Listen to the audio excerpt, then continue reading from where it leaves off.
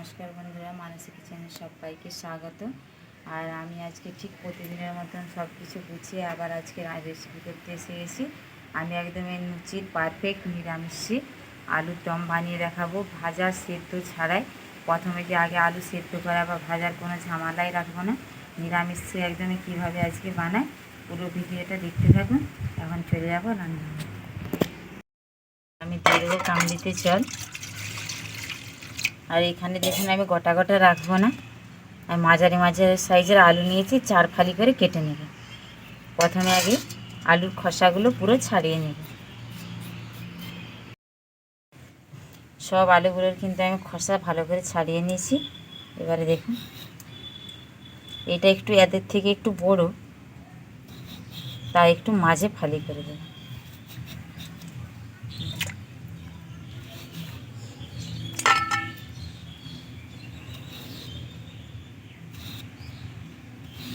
দেখুন আমি এরকম সাইজের সবগুলো রেখে নিই।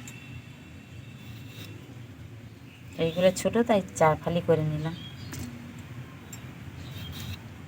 গোটা হলে ভালো হতো, কিন্তু গোটা আলু এই ছোটো আলু নেই বলে আমি মাঝারি সাইজের আলুগুলোই নিলাম।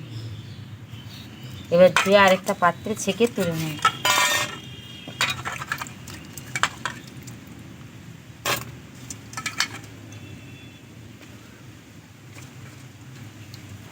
আরেকবার জল ঝরিয়ে ভালো করে ধুয়ে নেব আরেকবারও।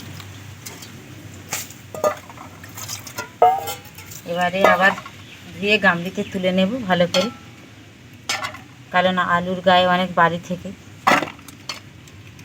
বালি থাকলে খেতে ভালো লাগে না।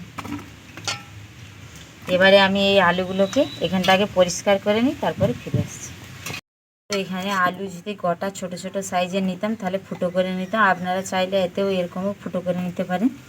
একটু কাঁটা চামচ দিয়ে আমি দিয়ে দেবো পরিমাণ মতো লবণ, দিয়ে দিচ্ছি পরিমাণ মতো লবণ, দিয়ে দিচ্ছি পরিমাণ মতো লঙ্কার গুঁড়ো, দিয়ে দিচ্ছি পরিমাণ মতো হলুদের গুঁড়ো, দিয়ে দিচ্ছি পরিমাণ মতো জিরের গুঁড়ো, দিয়ে দিচ্ছি পরিমাণ মতো ধনিয়া গুঁড়ো।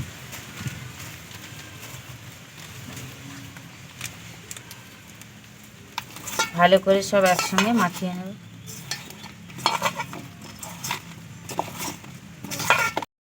আমি সবগুলো একসঙ্গে ভালো করে মাখিয়ে নিয়েছি। এখন আর অনেক মশলা অ্যাড করার আছে, এখন আর করব না, পরে করব। দিয়ে দেবো হাত ধোয়া একটু জল। আমি এবার চাপা দিয়ে আধ ঘন্টা রেখে দেবো। আপনাদের হাতে সময় থাকলে 1 ঘন্টাও রাখতে পারেন। যতক্ষণ বেশি রাখবেন তত এই আলুর দমটা খেতে কিন্তু ভালো লাগবে। চাপা দিয়ে আধ ঘন্টা রেখে দিচ্ছি, ফিরে আসছে আধ ঘন্টা পরে। নিয়েছি, দিয়ে দেবো কসুরি মেথি। কসুরি মেথি ভালো করে গরম হয়ে গেছে, নামিয়ে নেব। ওই একই কড়াই দিয়ে দেবো সরিষার তেল। দিয়ে দিচ্ছি সরিষার তেল। তেলের পরিমাণটা একটু এই আলুর দমে বেশিই লাগবে, কারণ যেহেতু এখানে আলু সেদ্ধ বা ভাজা নেই, একটু একই ভাজা হবে তেলে। প্রথমে দিয়ে দিচ্ছি 2টো শুকনো লঙ্কা,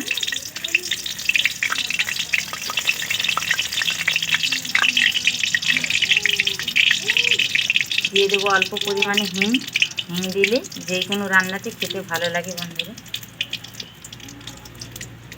দিয়ে দেবো গোটা জিরে,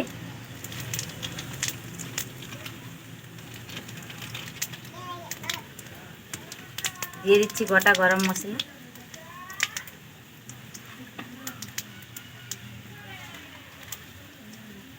এবার দিয়ে দেবো আদা বাটা।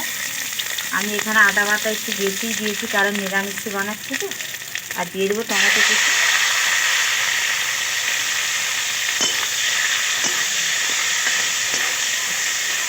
আদাটাকে কিন্তু আমি খুব বেশি ভাজবো না, কারণ এখানে আলুগুলো দিয়ে দেবো। আমি যে আলুগুলো মশলা মাখিয়ে রেখেছিলাম,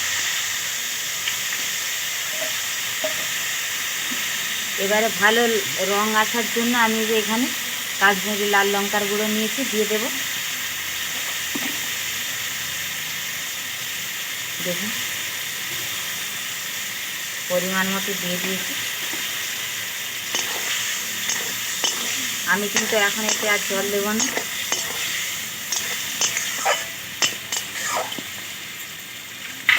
এবার ঢাকা চাপা দিয়ে আমি ভালো করে সবগুলো সেদ্ধ করে আর মশলাও কষে নেব। আজকে এই আলুর দমে কিন্তু পোস্ত আর চালমগজ দেবো একসঙ্গে দিয়ে দিচ্ছি। আর আমি শিলনোড়ায় ওইটা হতে হতে বেটে নিই। দেখুন এই যে চালমগজ আর পোস্ত, আমি আমার যতটুকু আলু নিয়েছি সেইটুকু পরিমাণে আমি চালমগজ আর পোস্ত নিয়ে নিয়েছি। এবারে খুব ভালো করে বেটে নেব দুটোকে একসঙ্গে।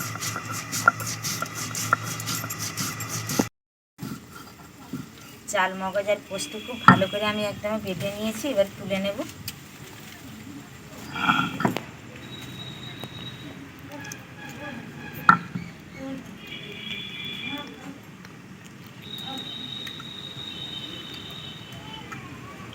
আর ওইদিকে চাপা খুলে দেখে নেব কতটা কি হলো।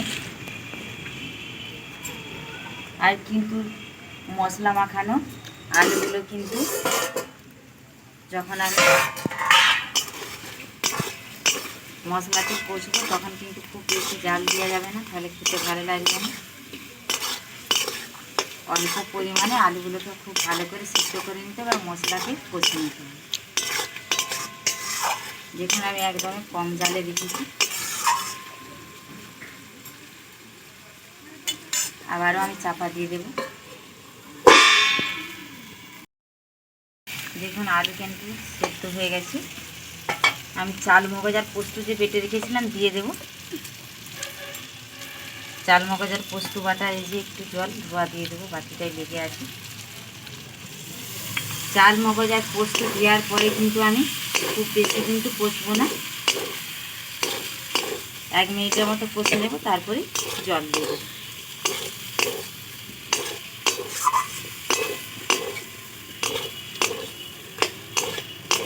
আমার কিন্তু 1 মিনিট কষানো হয়ে গেছে, এবারে দিয়ে দেবো জল। আলুর দম যেহেতু খুব একটা ঝোল ঝোল হয় না, তাই খুব বেশি জল দিলাম না, অল্প পরিমাণে দিলাম। কারণ এই আলুর দমটা যতটা একটু গ্রেভি গ্রেভি হবে খেতে ভালো লাগবে, খুব বেশি ঝোল ঝোল ভালো লাগবে না। এবার একটু ভালো করে ফুটিয়ে নেব। এখন আমার পুরো একদম আলু সব সিদ্ধ হয়ে গেছে আর গ্রেভি গ্রেভি আছে। আমি এবার একটু পরিমাণ মতো দিয়ে দিচ্ছি চিনি, আপনারা চাইলে নাও দিতে পারেন, আমি একটু দিয়ে দিলাম। আর যে কেশরি মেথিটা আমি শুকনো কলায় ভেজে রেখেছিলাম, এবারে আমি সেটা দিয়ে দেব। আমার কিন্তু একদমই কমপ্লিট হয়ে গেছে, এবারে নামিয়ে নেব।